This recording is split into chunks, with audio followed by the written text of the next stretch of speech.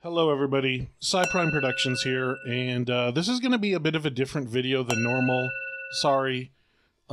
This is just me talking off the cuff, no editing except for mixing the audio levels to make it sound not terrible in my $50 microphone. I don't have much access to cameras, unfortunately. I have my iPhone and I've got a really crappy webcam, so I'm just going to throw up some video footage of me playing through Baldur's Gate 3. Just to have something interesting to look at. This is actually video footage of me getting to the places in Baldur's Gate 3 so I can capture the footage for that Baldur's Gate 3 Companions to Pathfinder 2E video series that I'm doing. People forget that you actually have to play the game to capture all the video footage you need. So anyway, I just wanted to talk. Recently I've seen a lot of pretty toxic videos online talking about the role-playing game community and advocating for some pretty toxic, in my opinion, ideas. And I almost fell into the trap of like commenting on these videos and telling people how they were wrong. And then I realized that was what they wanted, right? They want engagement. They want comments. They want likes. They want dislikes. That drives up engagement. That gets more people to watch them. That's, I don't want people to watch these videos advocating these toxic ideas. So I thought I'd just put out some good ideas, in my opinion, good ideas, to try to counter their terrible ones. Two videos I saw in particular, I'm not going to link them. I'm not going to talk about which accounts use them. I don't want to drive engagement for these toxic ideas. But I did want to talk about the ideas that these people had and my opinions on those ideas. The first one was this guy who put out a video about how role-playing games now hate like the typical masculine, strong, can bench press a Mack truck kind of heroes, right? The strong-jawed, Prince Charming kind of heroes. And his evidence was very weak. His evidence was basically a new book had come out for Dungeons and Dragons, and the pictures for the example humans were two women and a person of indeterminate gender. And he's like, where are the big, burly, strong men? And then his secondary evidence, I use evidence in finger quotes here, was that the rest of the book contained a whole bunch of like multiculturalism and people working together and having fun and being without a care in the world, despite the fact that the world is on the brink of destruction and there's a whole bunch of xenophobia in the world. And to that, I want to say that the absence of something doesn't mean that you hate it. Now, granted, if something is absent in a big way for a long time, then that can be problematic. If it's habitually absent over many, many books. But if somebody's just trying to, make something more prominent, include more, being more inclusive, I guess, would be the way to say it, then it's not a problem if there's not a huge number of like super masculine, manly men in his books. And I think the biggest problem he had was he was talking about Lord of the Rings and how he loved Lord of the Rings and how Lord of the Rings is full of big, burly, manly men, strong men. And he used strong in the term of like physical strength, able to bench press. And he's like, it's big, strong men beating other weaker men for righteousness. And, that's certainly true with like Aragorn and to a lesser extent Boromir, who has some problems, but in the end, he's kind of a big, square-jawed, manly man who ends up giving his life to save a bunch of people. But there's also Legolas, who's a very effeminate man, both in the books and in the movie.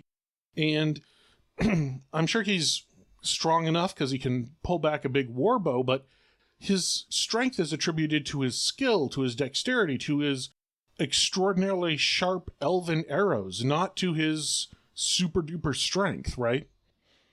And even in the books, Merry and Pippin are fantastic warriors. One stabs the Witch King of Angmar in the back, which opens up the ability for Erwin, I think her name is, to kill him. And the other one defeats a troll by himself, just using his dexterity and his skill and his agility and speed. So, I mean, his argument falls apart even there. The second one, and the one that I think is more problematic, was a guy that was advocating for gatekeeping. Now, if you don't know, in the community, gatekeeping, in the role-playing game community, gatekeeping is preventing people from playing at your game or kicking them out of your game, kind of based on generalizations. And his idea is that if a person is a toxic player, then you should be able to gatekeep them, keep them from coming into your game. And that sounds great on paper. That is, I mean, that's what a lot of people would say, yeah, sure, that makes sense. The problem that I would put forward is that humans are really, really good at justifying terrible, terrible things and reframing it as righteousness. And that's a problem. That's a real problem. For example, let's say everybody at your table in real life is religion A, and a person of religion B wants to join. The majority of people at the table might say, you know what, we think that you joining our table would be disruptive to our table. You have a different culture, and I don't think our cultural values are the same, so we're not going to let you join. That is gatekeeping, and the person is essentially selling it to themselves as okay, as not a bad idea, even though most of us would agree that's a terrible use of gatekeeping. You know, if somebody comes to the table and decides to play, say, a gay character when they're not gay, somebody might say, hey, no, you can't do that. We're not going to let you do that. That's gatekeeping again. It's a person trying to role play and understand another culture, another idea, another mindset, and gatekeepers not allowing that to happen. The question is, how do you then stop toxic players from coming to your table, but not do this accidental gatekeeping? And the answer is just talk to your player, talk to your GM.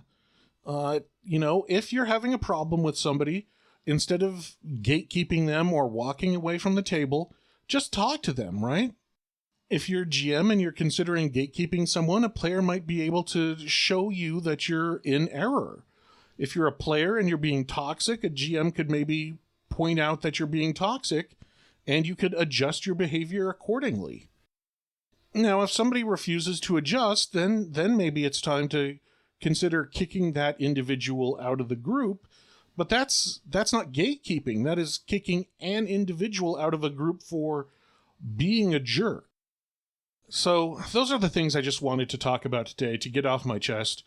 I know there's a lot of toxic players out there, and I just wanted to show people, hey, you don't have to be toxic. If you're having a problem with someone, just talk with them. If it's a problem with gatekeeping, talk with them. And unless inclusivity goes on for a long, long time, years and years, and you never ever see like a strong-jawed, manly men, then maybe we could revisit that. But exclusivity, not drawing a big, strong-jawed, manly man in as one of your 3 example humans is not an example of hate. Just be nice guys. Come on, guys. You can be nice people. It just doesn't take that much effort. So sorry for this weird video format. I expect this to get 0 views, but I just had to get it off my chest. Thank you very much. If you like this channel and want to see it grow, please like and subscribe. That tells not only me, but also YouTube that you want to see more of my kind of content. Until then, thank you, good luck, and happy gaming.